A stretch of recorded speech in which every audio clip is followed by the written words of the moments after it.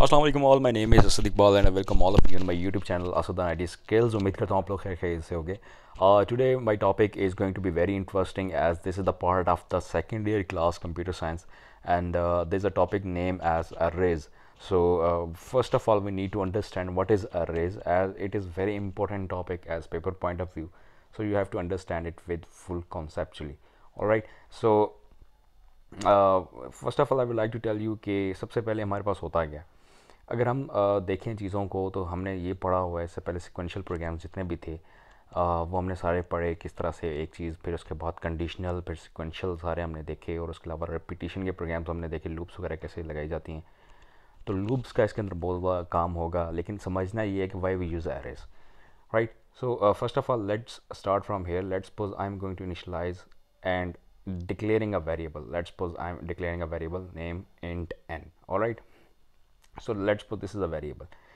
As I'm going to declare it, it is going to take memory in our computer, and as it is an integer data type, so it will take 4 bytes, right? So I'm supposing that there is a memory in a computer, and there's a location taken by this variable, that's where name is n.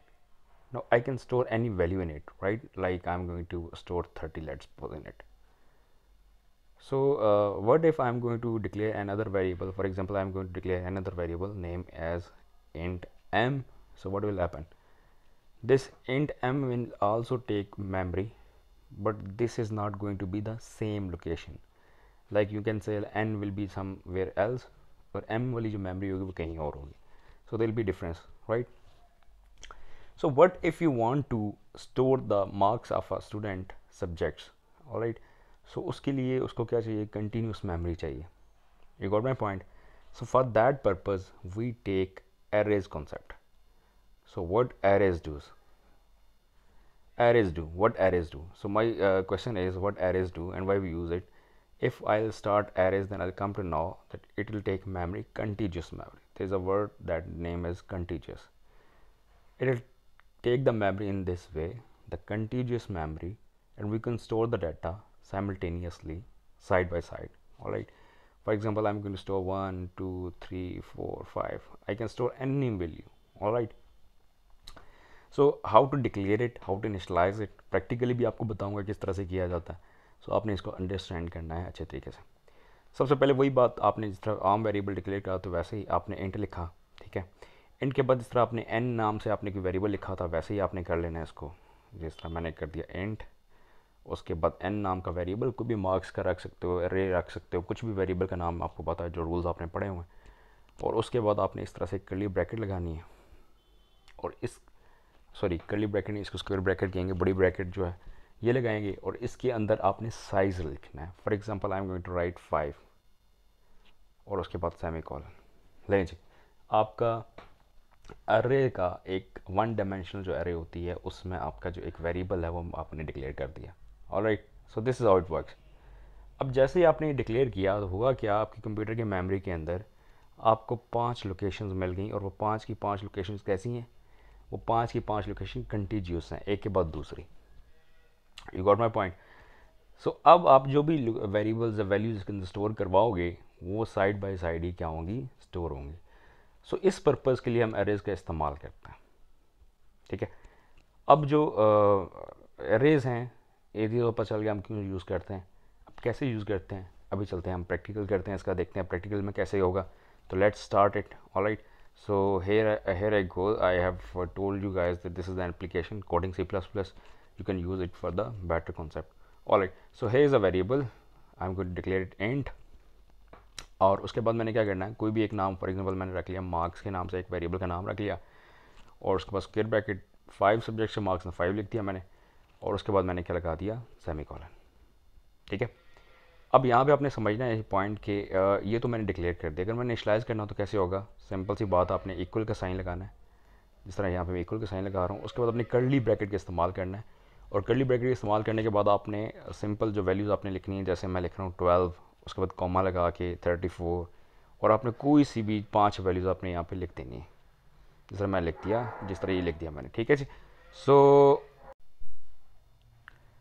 तो इस तरह से आपने क्या किया, 5 values लिख दी और उसके बाद आप सेमीकोलन लगा सकते हो. ऑलराइट, सो इस तरह से आपने क्या कर दिया, इनिशलाइज़ कर दी वैल्यूज़ को, कि किस तरह से आपने डिक्लेयर किया सिर्फ, और साथ में आपने इनिशलाइज़ भी कर दिया। ठीक है, अब यहाँ पे एक दो पॉइंट आपने समझने हैं। पहला पॉइंट तो ये है कि जैसे ही आपने वेरिएबल, आपने देखा कि आपको 5 लोकेशंस मिल गई, और जैसे ही 5 लोकेशन आपको मिली, तो आप देखो फॉर एग्जांपल आप इसमें क्या कर सकते हो, 5 वैल्यूज़ इंसर्ट कर सकते हो। मैंने एंटर किया 20, लेट्स सपोज 30, 40, 50, ठीक है, उसके बाद 60 लिख दिया मैंने। ठीक है, अब यहाँ पे आपको देखने में क्या नज़र आ रहा है, 1 2 3 4 एंड 5, 5 वैल्यूज़ हैं, 5 आपको नज़र आ गई। लेकिन एक पॉइंट ध्यान में रखिएगा, अरेज के अंदर एक इंडेक्स चीज़ यूज़ होती है। इंडेक्स का मतलब होता है कि जो पहली वैल्यू होती है उसको इनिशियलाइज हम 0 से करते हैं, फिर 1, फिर 2, फिर 3 और फिर 4। मतलब इंडेक्स की बात करो, अगर आपके पास एरे साइज़ किसी भी एक एरे के अंदर 5 है, तो उसका जो इंडेक्स नंबर होगा वो 4 होगा। n-1 से उस हम इंडेक्स नंबर को शो करते हैं, क्योंकि it start from the zero. So आप जो डाटा स्टोर करवाते हो या डिक्लेयर करते हो, स्क्रीन पर शो करवाते हो, वो आपका बेसिकली होता है कि आपके पास बेसिकली वो आपके इंडेक्स नंबर से ही शो होता है। ये पॉइंट ध्यान में रखिएगा। उसके बाद आप चलते हैं किस पे, कि किस तरह से आपने वैल्यूज़ को शो करना। फॉर एग्जांपल ये आपके पास है, अब मैं देखिएगा इसको, जैसे ही लेट्स सपोज मुझे आप स्क्रीन पे ये नंबर शो करवाने हैं, यूज़ मैंने खुद से डिक्लेयर कर दिया। अब मैं चाहता हूँ स्क्रीन पे डिस्प्ले करवाऊँ, किस तरह से होंगे। तो उसके लिए मुझे सबसे पहले क्या करना पड़ेगा, मुझे सबसे पहले यहाँ पे एक अदद लूप लगानी पड़ेगी, और मैं यहाँ पे लूप लगा रहा हूँ। और देखो लूप के लिए मैं एक वेरिएबल रख लेता हूँ यहाँ पे, जिस तरह यहाँ पे रख लिया मैंने। इसके बाद फ़ौरन रख लेता हूँ इंट आई के नाम से मैंने एक वेरिएबल रख लिया। अब यहाँ पे देखो मैं क्या करने लगा, इस वेरिएबल को मैं स्टार्ट करने लगा हूँ 0 से। So I am going to start it from 0। 0 से क्यों, कि इंडेक्स नंबर 0 से स्टार्ट होगा, एंड आई लेस देन 5 लिखूँगा। ठीक है जी, और उसके बाद फिर मैं क्या करूँगा, हर दफ़ा उसको आई प्लस प्लस कर दूँगा। सो मैंने वही काम करने लगा हूँ यहाँ पे, ये मैंने प्लस प्लस कर दिया। ऑलराइट, अब ये लूप लगाने के बाद अब मैं क्या चाहता हूँ कि मैं डिस्प्ले करवाऊँ किस चीज़ को, ये नंबर मैंने स्क्रीन पे डिस्प्ले करवाए हैं, जो यूज़र को दी हुई वैल्यूज़ इस एरेज के अंदर, वही मैं चाहता हूँ स्क्रीन पे डिस्प्ले भी हों। तो कैसे होंगे, सी आउट करवा रहा हूँ मैं, सिंपल सी आउट, और उसके बाद एरे का नाम क्या है आपके पास, मार्क्स के नाम से है।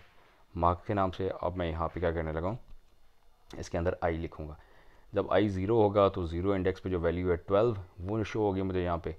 और जैसे ही उसकी एक वैल्यू बढ़ेगी, इंडेक्स 1 पे क्या वैल्यू स्टोर तो वो 34 होगी। सो मुझे इस तरह से इसको डिस्प्ले करवाना चाहिए। Alright, so let's see how does it work, कैसे काम करता है इसको देख लेते हैं अभी, और फिर आगे चलते हैं। सो जैसे ही इसको मैं रन कर रहा हूँ, तो देखो आपके पास ये देखिए मुझे वैल्यूज़ नज़र आ रही हैं। पहले 12, 34, इसके अंदर मैं थोड़ा सा ज़रा वो लगा देता हूँ, एंडल लगा लेता हूँ, ताकि आपको चीज़ें ज़रा मज़ीद क्लियर हो जाएँ। तो उसके लिए फिर कि मैंने एंडल लगा लिया।